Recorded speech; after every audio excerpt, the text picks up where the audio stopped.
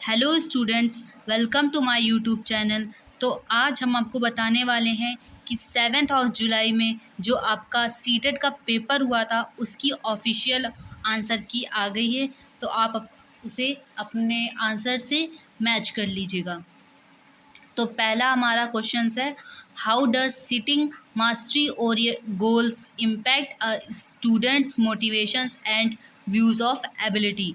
तो इसका आंसर हो जाएगा ये थर्ड वाला, it offence implies enhanced intrinsic motivation and believe in the incremental view of ability. Second हमारा क्वेश्चन है, इंक्लूसिव क्लासरूम। तो हमें बताना है कि इंक्लूसिव क्लासरूम में क्या होता है। तो इसका आंसर हमारा हो जाएगा fourth, are meant to offer differentiated instructions as per individual differences. इसका थर्ड क्वेश्चन है, अ की कॉमनलिटी इन पियाजे एंड वाइगॉस्की थ्योरी इज। तो हमारा आंसर हो जाएगा fourth, involvement and engagement of children in their own learning. Third आपका सबसे favourite question, assertion and reasoning वाला। तो आप इसमें देख सकते हैं असर्शन क्या कह रहा है, during adolescence the pressure to conform to gender expectations and follow conventions of femininity और masculinity increases। तो ये हमारा बिल्कुल सही हो जाएगा। इसका रीज़न क्या दे रखा है, gender and gender roles are determined biological. तो इसमें जो हमारा रीज़न है वो गलत दे रखा है, जबकि जेंडर जो है वो बायोलॉजिकल नहीं होता है, सेक्स बायोलॉजिकल होता है। तो हमारा एजर्शन तो सही था, रीज़न गलत था। तो इसका फोर्थ आंसर हो जाएगा बिल A is true and R is false. तो इसका बिल्कुल आंसर सही है। उसके बाद फिफ्थ हो जाएगा असर्शन एंड रीजनिंग। तो in Asian culture which stress social harmony expressions of anger and are discouraged and shame is encouraged. तो अभी तो ये सही हो जाएगा, ये वाला बड़ा अच्छा क्वेश्चन है। उसके बाद रीज़न क्या दे रखा है, emotions are subjective and do not play any role in learning. तो हमारा रीज़न तो गलत हो गया, क्योंकि इमोशंस जो लर्निंग में बहुत ही बड़ा रोल करते हैं। तो A is true and R is false. तो इसका फोर्थ आंसर बिल्कुल ट्रू हो गया।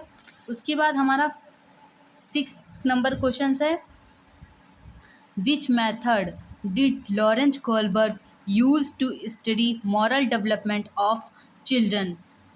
तो क्या है answer, posing moral dilemmas to children and analyse response. तो ये आंसर हमारा बिल्कुल सही हो जाएगा।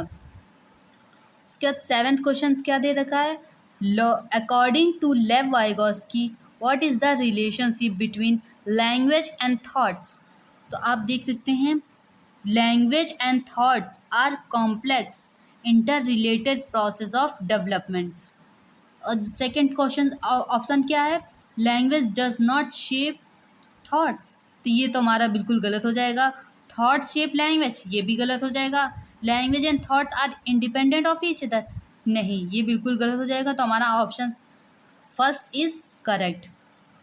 इसके बाद हमारा 8th क्वेश्चन क्या है, change and stability in emotions personality and social relationship together constitute. इसका आंसर हमारा, कुछ लोगों के हिसाब से ये इमोशनल डेवलपमेंट होना चाहिए, बट और कुछ लोगों के हिसाब से साइकोलॉजिकल डेवलपमेंट होना चाहिए। तो इसका जो ऑफिशियल आया है आंसर की, वो हमारा हो जाएगा साइकोलॉजिकल डेवलपमेंट। इसके बाद हमारा 9th क्वेश्चन क्या था, असर्शन एंड रीजनिंग। ये भी आपका सबसे फेवरेट क्वेश्चन रहता है। Teachers should give lot of opportunities to childrens for experimentations and discuss example and non example. तो ये हमारा असर्शन तो बिल्कुल सही है। अब हम देखते हैं कि रीज़न सही है या नहीं। तो रीज़न क्या है, a constructive way of dealing and misconception in children is to provide counter example. तो ये भी हमारा बिल्कुल सही है कि जब तक हम उसको काउंटर एग्जाम्पल नहीं देंगे तो वो समझ नहीं पाएगा। तो हमारा रीज़न और एजर्सन दोनों ही सही हैं और रीज़न एजर्सन के लिए बिल्कुल चाहिए। तो हमारा ये आंसर हो जाएगा both A and B are true and R is the correct explanation of A. इसके बाद हमारा 10th क्वेश्चन क्या है, students are struggling of dyslexia can be taught to read. तो इसका आंसर हो जाएगा सेकंड। इसके बाद 11, a teacher ask herself how can I provide experience that required students to clarify different types of object in the environment and analyze their classification scheme, which intelligent is she trying to promote in students। तो इसका answer है fourth, naturalistic intelligence. ये जो हम आपको answer बता रहे हैं ये ऑफिशियल आंसर हैं, तो यही आपके आंसर बिल्कुल सही होने चाहिए। हमारा इसके बाद 12 क्वेश्चंस क्या है, which of the following is correctly match to pair. तो हम देखिए सबसे पहले आंसर क्या है, norm references assignment compares performance to that of peer. तो इसका आंसर हो जाएगा थर्ड।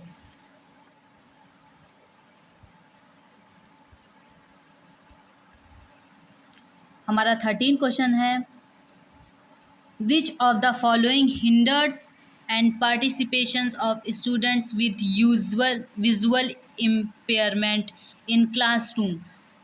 निम्नलिखित में से क्या दृष्टिबाधित विद्यार्थियों को कक्षा में भागीदारी लेने में बाधा डालता है।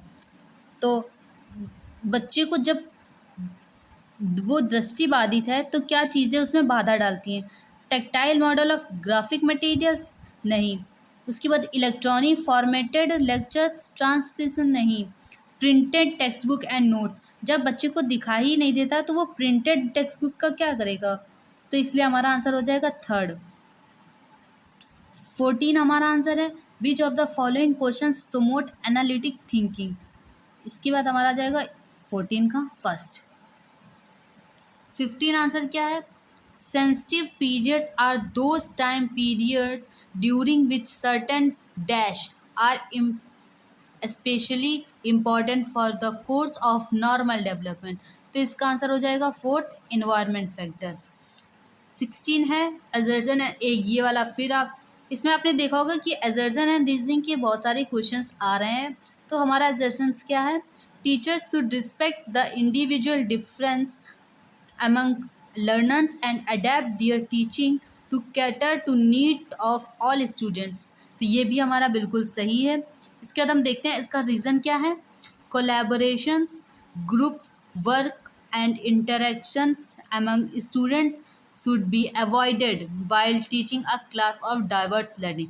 तो यहाँ पे क्या दे रखा है कि हमें इंडिविजुअल के डिफरेंसेस को अवॉइड करना चाहिए, और ये तो बिल्कुल ही गलत बात है, कोलैबोरेशन नहीं करना चाहिए। तो हमारा असर्शंस बिल्कुल गलत है, नहीं सॉरी असर्शन सही है जबकि उसका रीज़न गलत है। तो हमारा क्या हो जाएगा, A is true and R is false.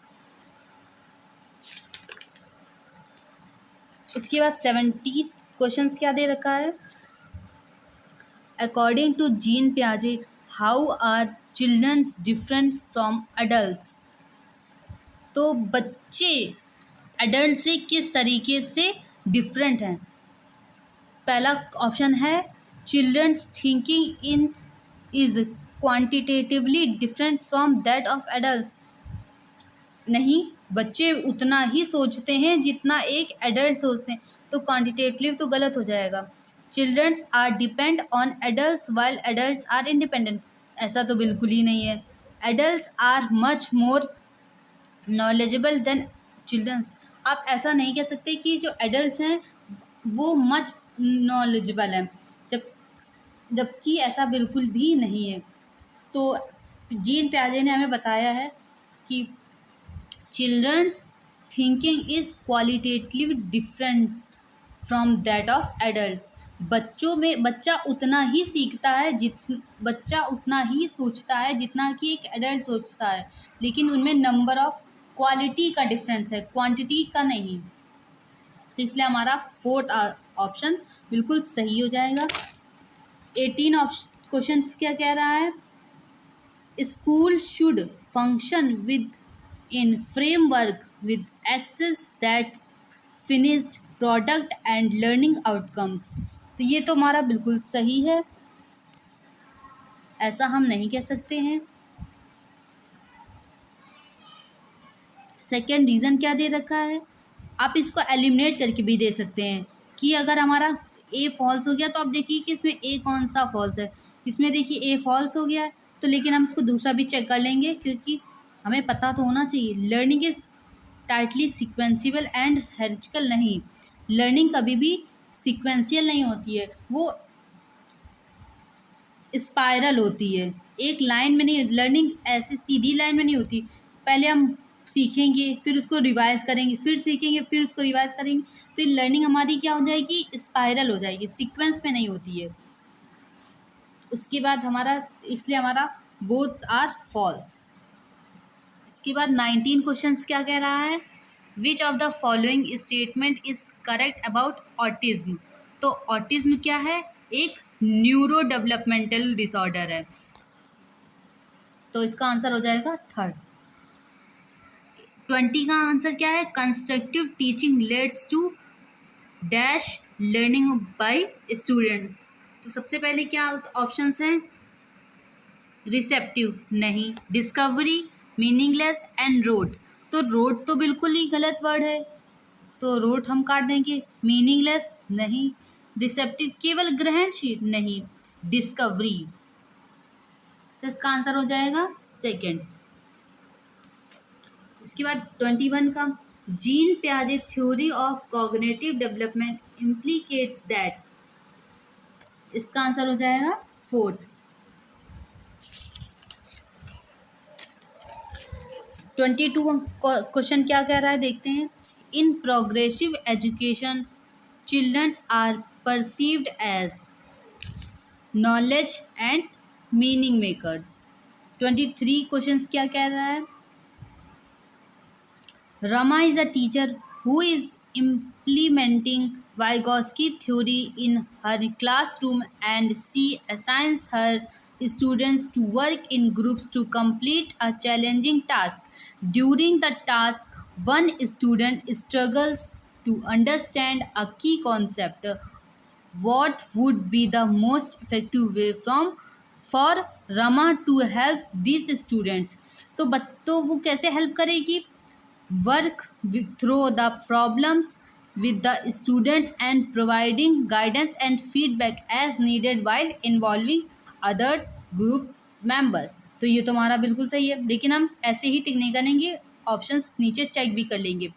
Provide the students with the answer to the problem so the group can move on. नहीं, जब भी कभी भी ऐसी सिचुएशन आती है कि बच्चा सीख नहीं पा रहा है, तो हम उसे आंसर सॉल्व करके तुरंत नहीं दे देते, जबकि उसको साथ मिलकर उसको एक स्कैफोल्डिंग की तरीके उसकी हेल्प करते हैं। तो हमारा सेकंड ऑप्शन तो बिल्कुल गलत हो जाएगा। उसके बाद थर्ड क्या है? Encourage the students to try to solve the problems on her way. ये बिल्कुल गलत हो जाएगा, क्योंकि जब उसको प्रॉब्लम आ रही है तो हम उसमें थोड़ी हेल्प करेंगे, ना कि इसको बोल देंगे कि जाओ अपने मन से करके लाओ। ऐसा नहीं कहते। Assign a different task to the student that is better suited to her abilities। नहीं, ऐसा नहीं होता है कि बच्चे की एबिलिटी को देख, एबिलिटी की अगर उसको ये क्वेश्चन नहीं आ रहा है तो आप उसको बोल दोगे कि नहीं ये मत करो, दूसरा कर लो, तो उसके मन में ये शंका पैदा हो जाएगी कि हमें ये क्वेश्चन क्यों नहीं आ रहा है। तो इसलिए हमें उसको उस क्वेश्चन को छोड़कर कि दूसरा क्वेश्चन जब तक नहीं देना चाहिए तब तक वो उसको सॉल्व ना कर ले, तो इसलिए हमें उसको स्कैफोल्डिंग हेल्प करनी चाहिए। तो इसमें हमारा फर्स्ट वाला ऑप्शन ज़्यादा अच्छा बैठ रहा है, इसलिए इसकी ऑफिशियल आंसर भी फर्स्ट ही दे रखा है। 24 देखते हैं, which learning strategy involves childrens teaching others what that they learn.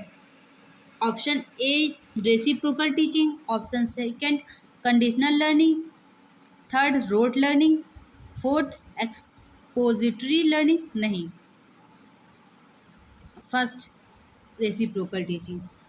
25 question क्या कह रहा है, which of the following correctly describe culturally responsive teaching to cater to diverse group of students. तो इसमें हमारा क्वेश्चन क्या है, स्टैंडर्डाइज नहीं करते हैं, तो फोर्थ गलत हो गया। अब देख लीजिए इसमें कौन सा आंसर है, 1 2 3, 1 2 3 हमारा करेक्ट हो जाएगा। उसके बाद 26, in order to develop critical thinking among students a teacher should। तो options 4, give questions that involve inference and explanations। और question number 27, you are a teacher who wants to help your students develop metacognitive skills, which of the following strategies is most likely to foster this type of thinking? Option number third is correct. Question number 28, feedback to the students in the classroom is most effective learning। तो option third हमारा correct हो जाएगा, it occurs during as well as, option third, it occurs during as well as after the learning activities. Question number 29, assertion and reasoning का फिर से question आ गया। तो हम क्वेश्चन देखें, असर्शन सबसे पहले देखेंगे, teachers should encourage debates discuss and collaborations among the student. तो ये तो बिल्कुल सही है। इसका रीज़न देखते हैं, knowledge productions in is an inactive process and engagement. सबसे पहले हमने देखा इनएक्टिव, तो ये हमारा सबसे पहले यहीं पे गलत हो गया कि इनएक्टिव नहीं होता है, ये एक्टिव होता है। तो ए इज़ टू एंड और आर इज़ फॉल्स, देखते हैं कहाँ पे है। तो ए इज़ टू हमारा फोर्थ ऑप्शन है, तो फोर्थ ऑप्शन करेक्ट हो जाएगा।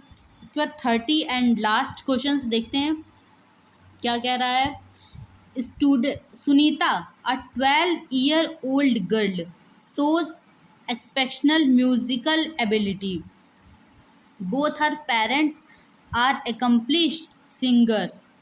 कि दोनों हैं, दोनों माता पिता एक निपुण गायक हैं, and they send her to for class for voice training after school. Her capabilities are most likely to be the result of an interaction between. इसका हम देखते क्या है, सुनीता एक 12 वर्षीय लड़की विशेष संगीतीय क्षमता रखती है, उसके माता पिता दोनों ही निपुण गायक हैं और वे सुनीता को अपनी आवाज़ को और बेहतर करने के लिए प्रशिक्षण कक्षा में भेज रहे हैं। सुनीता की यह क्षमता संभावित रूप से किन कारकों के अंतःक्रिया का परिणाम है? तो सबसे पहले क्या है, ऑप्शन क्या है, gender identity and genetic makeup, नहीं। न्यूट्रिशन एंड डिसिप्लिन, बिल्कुल नहीं। ग्रोथ एंड मैचुरेशन, नहीं। सिर्फ ग्रोथ एंड मैचुरेशन नहीं, ये तो। उसके बाद हमारा फोर्थ ऑप्शन क्या है, हेरिडिटी एंड एनवायरनमेंट। तो हमारा क्वेश्चन क्या हो जाएगा, option number fourth, heredity and environment. तो आप लोग हमें बताइए कि आपके क्वेश्चंस कितने सही हुए हैं। हम देख लेते हैं कि इस बच्चे के कितने सही हुए हैं। तो 1 2 3 4 5 6 7 8 9 10 11 12 13 14 15 16। तो इसका ये इसने पहले ये लगाया था, देखिए, तो ये गलत हो गया। ऐसे ही आप देख लीजिएगा कि इस बच्चे के कितने सही होंगे। तो अगर आपको ये वीडियो अच्छा लगा हो तो please like share and subscribe ज़रूर कीजिएगा।